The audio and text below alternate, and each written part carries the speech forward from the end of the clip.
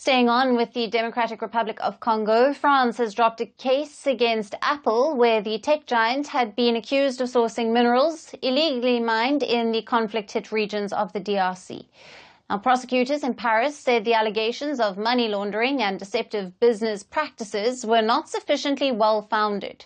They also invited the DRC to contact a different office with jurisdiction over war crimes. DRC had filed a complaint against Apple subsidiaries in France and Belgium. Back then, Apple had said it strongly disputes the allegations and had told its suppliers they must not use minerals in question sourced from DRC or Rwanda.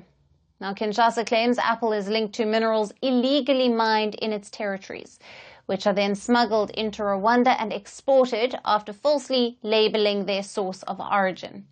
The DRC says these minerals are then sold as a part of the global supply chain for tech products.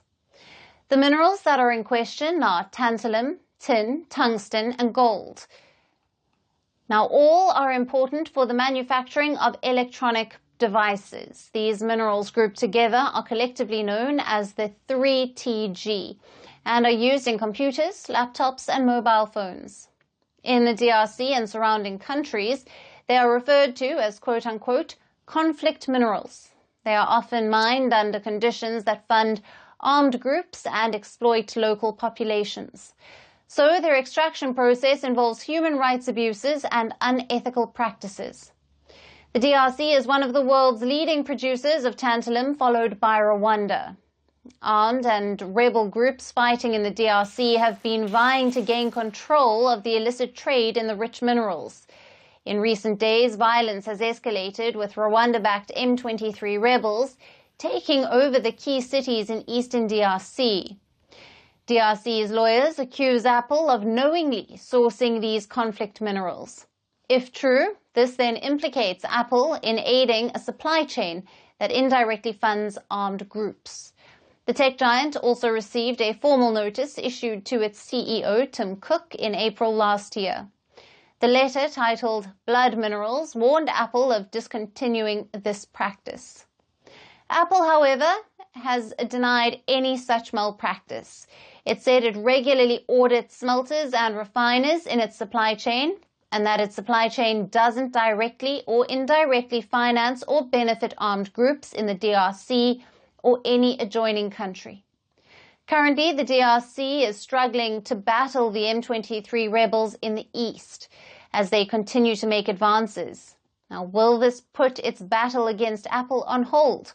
Or will the DRC wage a double war against the rebels and those knowingly and unknowingly supporting their operations? Merci beaucoup. Hi. How are you? Very well, thank you. Thank you for being here. Namaste, Mr. President. Bharat Kelogon, Komeri Namaste. How many people generally follow you in interviews? Typically in a month, we have viewers up to 150 million. That's more than twice the population of France. And in the last 2 years, we had 3 billion viewers. So I say, Laurent, this is your chance to be famous. You're on Firstpost. One word to describe your equation with Prime Minister Modi. Amitié. As India and France work together, are you creating a new era of non-alignment in the technology space? India is a training superpower. 1 million engineers a year, more than all of Europe and the US combined. So we have that partnership. We have a partnership on the environment and the economy. We also have civilian nuclear programs, and that is something we've developed far beyond the France-India relationship.